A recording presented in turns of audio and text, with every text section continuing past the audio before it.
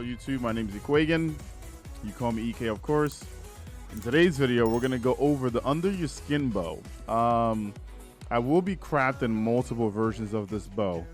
But the one that I'm gonna show here is going to be the one that I'm gonna like to use in GMs, especially if I am not using Arbalest, for example, right? And I have something else on, then this is going to be the next best thing. But let's just look at the perk rolls. I'm going to talk about the perks or the other rolls that I'm also going to be making. All right, so we'll go through that now. Under your skin combat bow. It has a lot of different variations. Of course, I was one of the lucky people that started out with Artist Tempo and Successful Warm-Up, right? Like I had this on like one of the frames that I needed to delete to get this frame done. And it was fun. It was like instant reload. It reminded me of Hush. That's how quick it was, right? So if you're out there, you're like, man, I miss Hush, and I want my bow to feel like Hush again. If you get this combo, you're not going to regret it. All right. That being said, that might be the third one that I make later down the line. The cool thing about making this is for like, you know, at level or even like enemies under level you, right? You run this with land tank, you just run around like you're just gonna be shredding a lot of stuff. So if you want one for ad clear, boom. Next thing we have Dragonfly is also a fun one here. Why do you want Dragonfly, right? If you're running volatile round and you have Dragonfly together, right?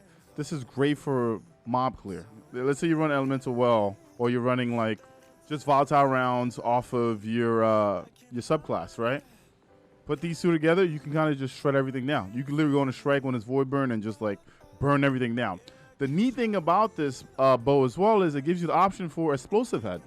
Explosive Head is something that I would probably use when bows become like Overload or something else in the future. But for now, for this season, it's actually nice to go for Adaptive Munitions. So my GM version is going to be Fiberglass, Polymer. Where are you, Polymer? Alrighty, my masterwork. So you can see, yeah, I went full out on accuracy. Accuracy is like my thing on bows. I love it. But here we have Polymer, we have Fiberglass, we have Artist Tempo, and Adaptive Munitions. The neat thing about Adaptive Munitions, once again, is one of those perks that just is almost like Arbalest, right? You can take it into any match, game activity, and it's going to break a shield no matter what the burn is. That is really nice to have. A neat thing too is this season, because I'm looking at my bow now, this season we have bows being anti-barrier, right? So you can bring this in because you can cover anti-barrier and you can also cover every shield that's required through Fatha Thing, right? It allows you to run Gjallarhorn, it allows you to run Izanagi, or if you want to run like anything else exotic in either in the kinetic slot or the heavy slot. Now one neat thing again is I'm going to show it here is this bow is void, right? This fella here has a solar shield. We are in a Nightfall, which is a 1580. It has the match game modifier on. You can see that I can still take the shield off. Yeah, it's not one shot like a weapon that is of the same burn, but 3 shots is not bad in a match game activity at all. So if you were thinking like, oh, what should I get on my bow for, you know, end game, because Grandmasters is coming up on April 5th, this would be the roll to get. All right. So don't forget, you have your Artist Tempo with Successful Warm-Up. If you're just trying to run around and have that Hush moment again, boom. You also have the Dragonfly aspect where if you're running volatile rounds and you're just killing stuff and it's just like triggering, that's also cool. Explosive Head is always a nice thing to have on the bow.